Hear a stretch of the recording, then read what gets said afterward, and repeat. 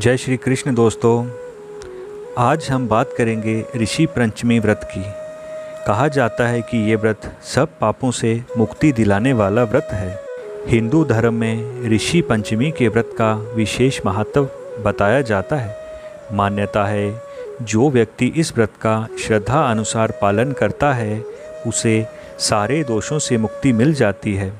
यह व्रत मुख्य तौर से सप्तऋषियों को समर्पित होता है। कहा जाता है कि इस व्रत को करने से धन धान्य समृद्धि संतान प्राप्ति की कामना भी पूरी हो जाती है। हर साल यह व्रत गणेश चतुर्थी के अगले दिन मनाया जाता है। इस साल यह पर्व 11 सितंबर को मनाया जाएगा। तो आइए दोस्तों, अब हम ऋषि पंचमी की पूजा विधि और इस व्रत की कथा को सुनते हैं। सबसे पहले मैं आपसे ऋषि पंचमी की पूजा विधि पर चर्चा करेंगे। व्रत रखने वाले लोगों को इस दिन सुबह सूर्योदय से पहले उठकर स्नान कर लेना चाहिए। इसके बाद स्वच्छ वस्त्र धारण करने चाहिए। फिर घर में पूजा गृह की अच्छे से सफाई कर लें। इसके बाद हल्दी से चौकोर मंडल बनाएं। फिर उस पर सप्तऋषियों की स्थापना कर व्रत करने का संकल्प लें। इसके बाद सप्तऋषियों की सच्चे मन से पूजा करें। पूजा स्थल पर एक मिट्टी के कलश की स्थापना करें। सप्तऋषि के समक्ष दीप धूप जलाएं और गंध पुष्प नैवेद्य आदि अर्पित कर व्रत की कथा सुनें। व्रत कथा सुनने के बाद आरती करें और सप्तऋषि को मीठे पकवान का भोग लगाएं। इस व्रत में केवल एक बार रात में ही भोजन करें। ध्यान रखें कि व्रत रखने वाले लोगों को इस दिन पृथ्वी में पैदा हुए शाक आदि आहार ही लेना चाहिए। ऋषि पंचमी का व्रत महिलाओं के साथ साथ विशेष रूप से कुंवारी कन्याओं द्वारा किया जाना चाहिए। लेकिन यह अन्य व्रत उपवास की तरह सिर्फ सुहाग या मनोवांछित वर पाने के लिए नहीं किया जाता, बल्कि इसका विशेष प्रयोजन होता है। ऋषि पंचमी का व्रत खास तौर से अप्रत्यक्ष या अनजाने में महिलाओं द्वारा हुए पाप कर्मों को नष्ट करने के लिए बेहद महत्वपूर्ण माना गया है। यही कारण है कि इसे हर उम्र और वर्ग की महिलाएं विशेष तौर पर कर सकती हैं। खास तौर पर महिलाओं से माहवारी के दौरान अनजाने में हुई धार्मिक गलतियों और उससे मिलने वाले दोषों से रक्षा के लिए ये व्रत बेहद महत्वपूर्ण माना जाता है। ऋषि पंचमी के व्रत की एक और सबसे खास बात यह है कि इस व्रत में किसी देवी देवता की पूजा नहीं की जाती, बल्कि इस दिन विशेष रूप से सप्तऋषियों का पूजन किया जाता है। इस व्रत में अपामार्ग नामक पौधे का विशेष महत्व होता है, जिसके तने से दातुन और स्नान किए बिना ऋषि पंचमी का ये पवित्र व्रत पूर्ण नहीं होता। समस्त पापों का नाश करने वाला ये व्रत अत्यंत पुण्य फलदायी है। नियम पूर्वक इस व्रत को करने से सर्वमुख आरोग्यता, समृद्धि, यश, धन धान्य, संतान, वैभव तथा विजय की प्राप्ति होती है और अंत में मोक्ष मिलता है। आइए दोस्तों, अब हम ऋषि पंचमी व्रत की कथा का श्रवण करें। एक समय राजा सितार्क्ष धर्म का अर्थ जानने की इच्छा से ब्रह्मा जी के समीप गए और उनके चरणों में शीश नवा कर बोले, हे आदिदेव, आप समस्त धर्मों के प्रवर्तक और गूढ़ धर्मों को जानने वाले हो। आपके मुख से धर्म चर्चा श्रवण कर मन को महान शांति मिलती है। भगवान के चरण कमलों में प्रीति बढ़ती है। वैसे तो आपने मुझे नाना प्रकार के व्रतों के विषय में उपदेश दिए हैं। अब मैं आपके मुखारबिंद से उस श्रेष्ठ व्रत को सुनने की अभिलाषा रखता हूँ, जिसके करने से प्राणी के समस्त पापों का नाश हो जाता है। राजा के इन वचनों को सुनकर ब्रह्मा जी ने कहा, हे नृपश्रेष्ठ, तुम्हारा प्रश्न अति उत्तम और धर्म में प्रीति उपजाने वाला है। मैं तुमको समस्त पापों को नष्ट करने वाला सर्वोत्तम व्रत सुनाता हूँ। यह व्रत ऋषि पंचमी के नाम से विख्यात है। यह व्रत को ग्रहण करने वाला प्राणी अपने समस्त पापों से सहज ही छुटकारा पा लेता है, उसे नरक में कदापि नहीं जाना पड़ता। इस व्रत का एक अति प्राचीन इतिहास और भी है। उस इतिहास को मैं तुम्हारे सन्मुख वर्णन करता हूँ। एक समय की बात है कि विदर्भ देश में उन्तक नामक ब्राह्मण अपनी पतिव्रता पत्नी के साथ निवास किया करता था। उस ब्राह्मण दंपति के एक पुत्र और एक पुत्री थी। उसके पुत्र का नाम सुभिभूषण था। वह कुशाग्र और तीक्ष्ण बुद्धि वाला था। उसने अल्पकाल ही में चारों वेदों को पढ़ लिया था। हे राजन, उन्तक ने अपनी पत्नी की परामर्श से अपनी पुत्री का विवाह एक सुयोग्य ब्राह्मण कुमार के साथ कर दिया, किंतु भगवान की गति ही कुछ ऐसी थी कि कन्या विवाह के 1 माह पश्चात ही विधवा हो गई। अतः विधवा होने के पश्चात वह कन्या अपने धर्म का पालन करती हुई अपने पिता के यहाँ रहकर ही अपने समय को व्यतीत करने लगी। विधवा कन्या के दुख से दुखी होकर उन्तक अपने गर्भार को अपने पुत्र को सौंपकर अपनी स्त्री और कन्या को लेकर गंगा जी के किनारे चला गया और वहाँ आश्रम बनाकर छेदों का पठन पाठन करने लगा। उसके पास कुछ ब्राह्मण भी वेद पढ़ने के लिए रहने लगे। कन्या भी अपने धर्म का पालन करती हुई अपना समय व्यतीत कर रही थी। वह नित्य प्रति मन लगाकर माता पिता की सेवा करती थी। एक दिन समस्त कार्यों से थककर वह एक शिला पर आराम करने के लिए लेट गई। थकान के कारण उसको अपने शरीर की सुधि भी ना रही। भगवान की गति से अर्धरात्रि के समय यकायक उसके शरीर में कीड़े उत्पन्न हो गए।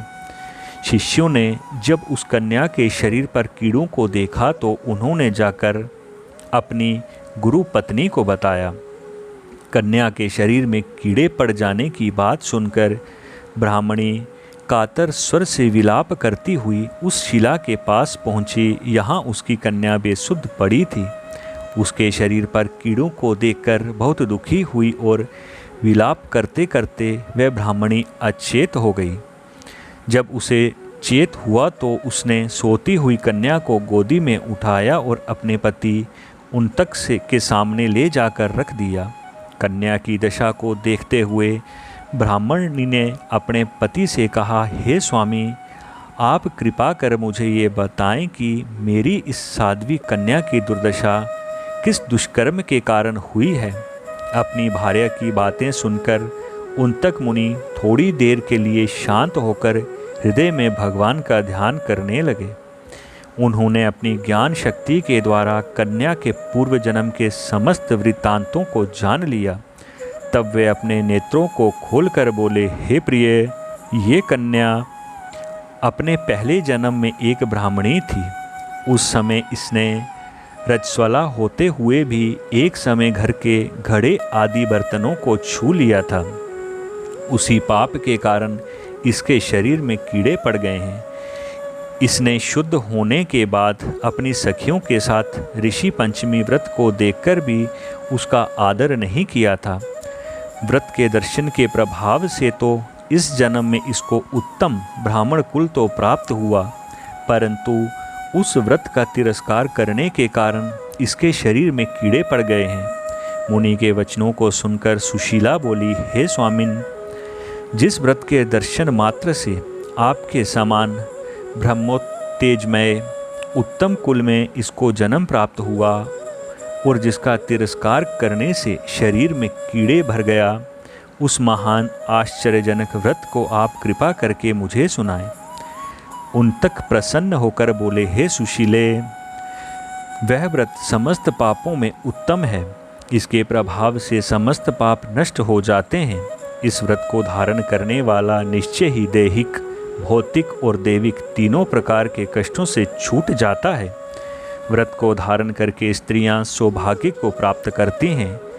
यह महान व्रत भादो मास के शुक्ल पक्ष में पंचमी को होता है। इस व्रत के प्रभाव से उसे अपने पूर्व जन्म का स्मरण रहता है। भविष्योत्तर पुराण की ऋषि पंचमी कथा। युधिष्ठिर ने प्रश्न किया, हे देवेश, मैंने आपके श्रीमुख से अनेक व्रतों को श्रवण किया है। अब आप कृपा करके पापों को नष्ट करने वाला कोई उत्तम व्रत सुनावें। राजा के इन वचनों को सुनकर श्री कृष्ण बोले, हे राजेंद्र, अब मैं तुमको ऋषि पंचमी का उत्तम व्रत सुनाता हूँ, जिसके धारण करने से स्त्री समस्त पापों से छुटकारा प्राप्त कर लेती है। हे नृपोत्तम, पूर्व समय में वृतासुर का वध करने के कारण इंद्र के उस पाप को 4 स्थानों पर बांट दिया। पहला अग्नि की ज्वाला में, दूसरा नदियों के बरसाती जल में, तीसरा पर्वतों में और चौथा स्त्री के रज में। उस रजस्वला धर्म में जाने अनजाने उससे जो भी पाप हो जाते हैं, उसकी शुद्धि के लिए ऋषि पंचमी व्रत करना उत्तम है। यह व्रत समान रूप से 4 वर्णों की स्त्रियों को करना चाहिए। इसी विषय में एक प्राचीन कथा का वर्णन करता हूँ। सतयुग में विदर्भ नाम नगरी में सव्यंजनित नामक राजा हुए। वह प्रजा का पुत्रवत पालन करते थे। उनके आचरण ऋषि के समान थे। उनके राज्य में समस्त वेदों का ज्ञाता, समस्त जीवों का उपकार वाला सुमित्र नामक एक कृषक ब्राह्मण निवास करता था। उनकी स्त्री जयश्री पतिव्रता थी। ब्राह्मण के अनेक नौकर चाकर भी थे। एक समय वर्षा काल में जब वह साध्वी खेती के कर्मों में लगी हुई थी, तब वह रजस्वला भी हो गई। हे राजन, उसे अपने रजस्वला होने का आभास हो गया, किंतु फिर भी वह गृहस्थी के कार्यों में ही लगी रही। कुछ समय के पश्चात दोनों स्त्री पुरुष अपनी अपनी आयु भोग कर मृत्यु को प्राप्त हुए।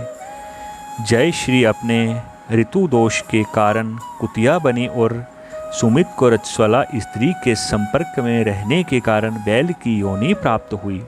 क्योंकि ऋतु दोष के अतिरिक्त इन दोनों का कोई और अपराध नहीं था, इस कारण इन दोनों को अपने पूर्वजन्म का समस्त विवरण याद रहा। वह दोनों कुतिया और बैल के रूप में रहकर अपने पुत्र सुमित के यहाँ पलने लगे। सुमित धर्मात्मा था और अतिथियों का पूर्ण सत्कार किया करता था। अपने पिता के श्राद्ध के दिन उसने अपने घर ब्राह्मणों को जिमाने के लिए नाना प्रकार के भोजन बनवाए। उसकी स्त्री किसी काम से बाहर गई हुई थी कि एक सर्प ने आकर रसोई के बर्तन में विष उड़ेल दिया। सुमित की माँ कुतिया के रूप में बैठी हुई यह सब देख रही थी, अतः उसने अपने पुत्र को ब्रह्म हत्या के पाप से बचाने की इच्छा से उस बर्तन को स्पर्श कर लिया। सुमित की पत्नी से कुतिया का यह कृत्य सहा न गया और उसने एक जलती लकड़ी कुतिया को मारी। वह प्रतिदिन रसोई में जो जूठन आदि शेष रहती थी उस कुतिया के सामने डाल दिया करती थी, किंतु उस दिन से क्रोध के कारण वह भी उसने नहीं दी। तब रात्रि के समय भूख से व्याकुल होकर वह कुतिया अपने पूर्व पति के पास आकर बोली, हे नाथ, आज मैं भूख से मरी जा रही हूँ। वैसे तो रोज ही मेरा पुत्र खाने को दे देता था, मगर आज उसने कुछ नहीं दिया। मैंने सांप के विष वाले खीर के बर्तन को ब्रह्म हत्या के भय से छूकर भ्रष्ट कर दिया था। इस कारण बहू ने मुझको मारा और खाने को भी कुछ नहीं दिया। तब बैल ने कहा, हे बद्रे, तेरे ही पापों के कारण मैं भी इस योनि में आ पड़ा हूँ। बोझा ढोते ढोते मेरी कमर टूट गई है। आज मैं दिन भर खेत जोतता रहा। मेरे पुत्र ने भी आज मुझे भोजन नहीं दिया और ऊपर से मारा भी खूब है। मुझे कष्ट देकर श्राद्ध का व्यर्थ ही किया है। अपने माता पिता की इन बातों को उनके पुत्र सुमित ने सुन लिया। उसने उसी समय जाकर उनको भरपेट भोजन कराया और उनके दुख से दुखी होकर वन में जाकर उसने ऋषियों से पूछा, स्वामी, मेरे माता पिता किन कर्मों के कारण इस योनि को प्राप्त हुए हैं और किस प्रकार उससे छुटकारा पा सकते हैं। सुमित के उन वचनों को श्रवण कर सर्वतपा नामक महर्षि दया करके बोले, पूर्व जन्म में तुम्हारी माता ने अपने उच्चखल स्वभाव के कारण रजस्वला होते हुए भी घर गृहस्थी की समस्त वस्तुओं को स्पर्श किया था और तुम्हारे पिता ने उसको स्पर्श किया था, इसी कारण वे कुतिया और बैल की योनि को प्राप्त हुए हैं। तुम उनकी मुक्ति के लिए ऋषि पंचमी का व्रत धारण करो। श्री कृष्ण बोले, हे राजन, महर्षि सर्वतापा के इन वचनों को श्रवण करके सुमित अपने घर लौट आया और ऋषि पंचमी का दिन आने पर उसने अपनी स्त्री सहित उस व्रत को धारण किया और उसके पुण्य अपने माता पिता को दे दिए। व्रत के प्रभाव से उसके माता पिता दोनों ही पशु को योनियों से मुक्त हो गए और स्वर्ग को चले गए। जो स्त्री इस व्रत को धारण करती है वह समस्त सुखों को पाती है।